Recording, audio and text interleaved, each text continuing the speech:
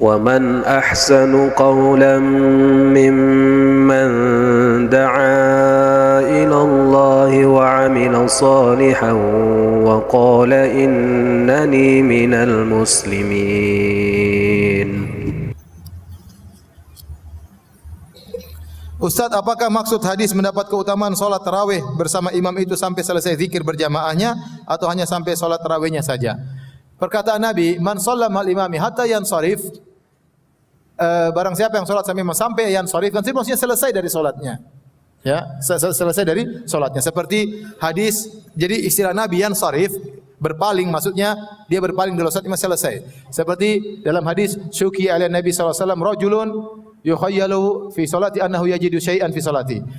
Dikeluhkan kepada Nabi tentang seorang lelaki yang dia dihayalkan dia mendapati sesuatu seakan-akan dia buang angin. Kata Nabi, la yansarif, jangan dia batalkan salatnya. Artinya jangan dia selesaikan apa? Salatnya sampai dia mendengar bunyi atau dia mencium bau. Jadi maksudnya hatta yansarif artinya sampai selesai. Kalau dia sudah assalamualaikum sudah selesai berarti. Seorang boleh pulang meskipun tidak ikut zikir bareng bersama sang imam. Istri saya hutang puasa selama 3 bulan karena halangan hamil dan menyusui. Bagaimana yang dianjurkan Rasulullah? Apakah bayar fidyah atau bayar puasa? Ini khilaf yang kuat di kalangan para ulama tentang wanita menyusui atau wanita yang hamil. Apakah dia mengqadha bayar puasa ataukah dia bayar fidyah? Secara analogi, secara kias, bahwasanya penghalang puasa ada 2 model. Ada penghalang puasa yang tidak bisa hilang, ada penghalang puasa yang bisa uzur yang bisa hilang. Uzur yang tidak bisa hilang misalnya tua. Orang sudah tua, maka uzur ini enggak mungkin hilang, enggak mungkin dia muda lagi. Maka dia bayar fidyah karena enggak mungkin disuruh qadha karena uzur tersebut tidak bisa hilang. Demikian juga orang yang sakit, yang sakitnya sangat sulit diharapkan kesembuhannya, kemungkinannya kecil. Maka kita jangan bilang tunggu kamu sembuh lagi. Karena uzur ini susah untuk hilang, maka kita suruh bayar fidyah. Dan ada uzur-uzur yang hilang, contoh sakit, contoh safar. Ini uzur yang tidak seterusnya. Orang safar suatu hari tidak safar, orang sakit suatu hari sembuh, wanita haid suatu hari tidak haid. Nah, uzur-uzur yang bisa hilang ini maka tidak boleh bayar fidyah, tapi harus dengan apa? Mengqadha. Nah, kalau kita tinjau dari sisi menyusui dan hamil, ini termasuk dari uzur yang bisa hilang. Oleh karenanya jumhur ulama berpendapat wanita yang hamil dan menyusui harus mengqadha. Namun yang menjadi masalah ada sebagian fatwa dari sahabat, dari Anas bin Malik dan Ibnu Abbas ya atau Ibnu Umar ya. Mereka berfatwa bahwasanya wanita hamil dan menyusui cukup mengqadha, cukup membayar apa? Fidyah. Maka saya katakan agar kita keluar dari khilaf, kalau kita bayar dengan mengqadha tidak ada yang mengatakan tidak sah. Tapi kalau kita bayar dengan fidyah masih ada yang mengatakan tidak sah. Oleh karena saya katakan wanita yang tidak puasa karena hamil dan menyusui, kalau dia bisa mengqadha dia mengqadha, tapi kalau dia enggak mampu maka dia bayar apa? Fidyah. Dia bayar fidyah karena itulah fatwa dari Anas bin Malik atau dari 2 orang sahabat dan kita tidak mengenal ada sahabat yang mengingkari. Wallahu a'lam bishawab. Bagaimana hukumnya salat tarawih berjamaah dengan keluarga daripada di masjid? Dan apakah batas salat tarawih? Apakah tarawih boleh dikerjakan munfarid dan bolehkah ditinggalkan? Salat tarawih hukumnya sunnah, tidak wajib. Nabi SAW selalu salat malam dan Nabi SAW pernah di masa hidupnya salat tarawih 3 malam. Pada malam keempat sahabat menunggu. Kata Nabi, la yamna'ni al-khuruju ilaikum illa makhafata an tufrada alaikum. Saya tadinya mau keluar jadi imam bersama kalian salat tarawih, tapi saya khawatir diwajibkan atas kalian karena masih zaman syariat. Karena kalau Nabi sudah melanggankan suatu amalan bisa jadi diwajibkan oleh Allah sehingga Nabi tidak keluar tarawih lagi, beliau cuma tarawih 3 hari. Namun setelah Nabi meninggal dunia, maka hukum sudah tetap tarawih tidak wajib. Oleh karenanya Umar bin Khattab radhiyallahu anhu menjalankan tarawih tiap malam, melanjutkan sunnah Nabi SAW dan tidak perlu khawatir karena tarawih tidak akan wajib. Kalau seorang tidak tarawih enggak ada masalah. Tetapi sayang di bulan Ramadan, kalau dia tidak tarawih dia ibadah yang lain, maka dia baca Quran atau dia sedekah, tapi tidak wajib. Tarawih tidak apa? Tidak wajib. Apakah boleh tarawih di rumah? Tarawih yang paling afdal di masjid bersama imam sampai selesai. Sebagaimana sunnah Nabi, Nabi dulu tarawihnya di Masjid Nabawi. Tapi kalau seorang tidak tarawih di masjid, tidak ada masalah dia sama keluarganya. Dia seperti solat malam. Ya cuma solat malam asalnya tidak dianjurkan berjamaah kecuali di bulan apa? Ramadan. Contohnya ibu-ibu, kalau ibu-ibu bikin salat tarawih sendiri di rumah boleh-boleh saja, enggak ada masalah. Bahkan mereka salat di rumah lebih afdal daripada salat di masjid, ya. Tidak jadi masalah. Dulu di zaman sebelum Umar mengumpulkan orang-orang, Umar datang ke Masjid Nabawi, Umar dapatin nas mutafarriqin. Orang-orang terpecah-pecah, ada yang salat sendirian, ada yang salat rohtu yaitu 3 sampai 9 orang, dipimpin satu orang. Jadi kelompok-kelompok dalam satu Masjid Nabawi langsung beragam jamaah.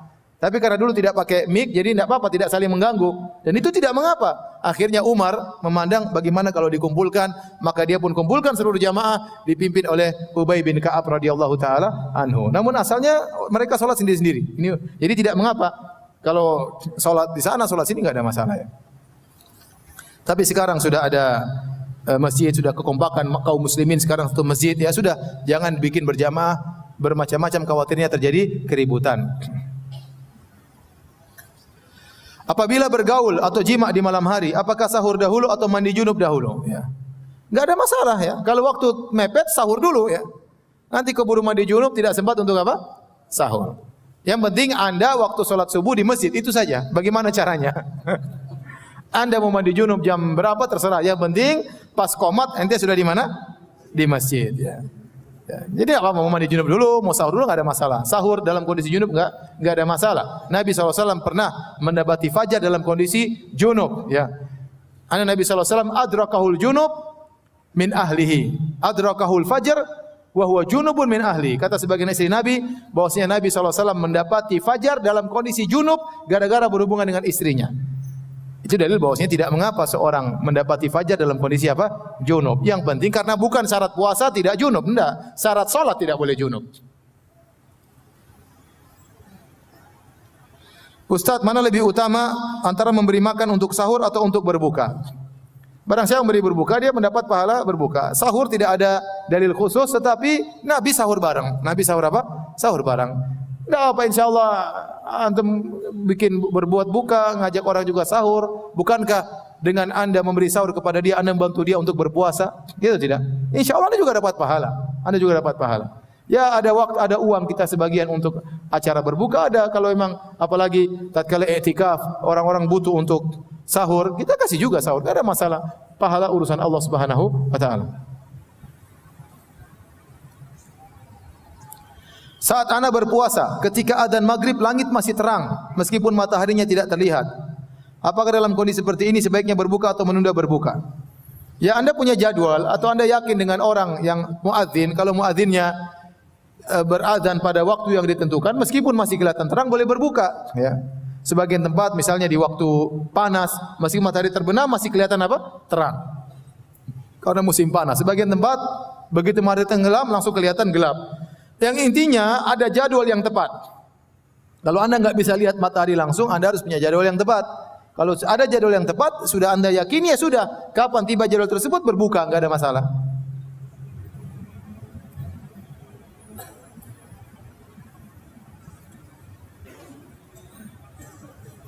Istri saya alhamdulillah sedang hamil 6 bulan.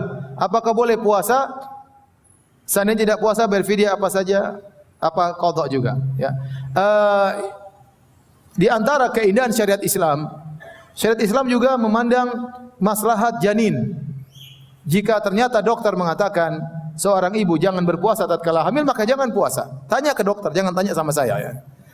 Jadi dokter lebih tahu kondisi bayi Anda. Mungkin ibunya kuat, tapi kalau dia berpuasa akhirnya bayinya tidak dapat nutrisi dan itu buruk bagi sang bayi. Oleh karenanya kalau memang lebih baik berbuka saja meskipun dia kuat. Bukan dia pikirkan dirinya, dia pikirkan apa? Janinnya. Maka kalau dokter mengatakan puasa. Kalau dokter mengatakan jangan puasa, ya sudah tidak usah puasa. Adapun apakah mengqadha atau bayar fidyah sudah kita jelaskan di pertanyaan yang pertama.